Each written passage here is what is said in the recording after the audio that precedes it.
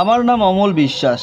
আমি বিভিন্ন রকম ভূতের গল্প পড়ি এবং সেই গল্পগুলি যে বাড়িতে কেন্দ্র করে সে বাড়িতে গিয়ে প্রত্যক্ষভাবে ভূত দেখার চেষ্টা করি। কিন্তু কয়েকটি বাড়িতে গিয়েও সেভাবে ভূত দেখা হয়নি, হয়তো গুজব বা মন গড়া ঘটনা। আগামীকালই এমন একটি বাড়িতে যাওয়ার কথা আছে, সেটি অবশ্য আমাদের এখান থেকে ঘন্টা দুয়েকের পথ। গল্পটি অনেকবার পড়েছি, অবশ্য যাওয়ার আগে আরেকবার দেখে নিচ্ছি। দিদি আমার 10,000 টাকা। টাকা টাকা কিসের তোর?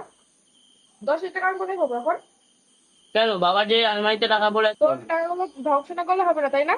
টাকার দরকার হলে আমি অন্য সময় তো কোনো সময় খরচিস না, যা এখান থেকে বেরো। কেন বেরোবো? এটা আমার বাবার বাড়ি, আমি যখন ইচ্ছা আসবো যখন ইচ্ছা বেরোবো। তোর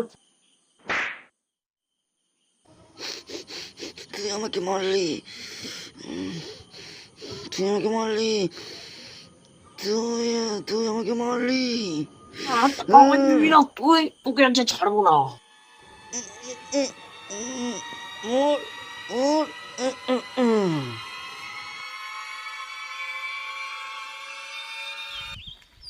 ঘটনাটা অনেকটা এরকম। তাহলে কালকে দেখা যাক গিয়ে এটা কি আসল ঘটনা নাকি এটাও গুজব।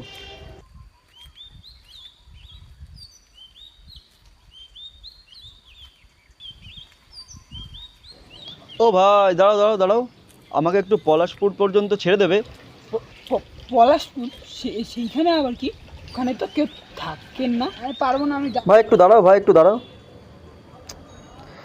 অগত্যা একা একা হেঁটে হেঁটে যাই, সন্ধেও হয়ে আসছে প্রায়।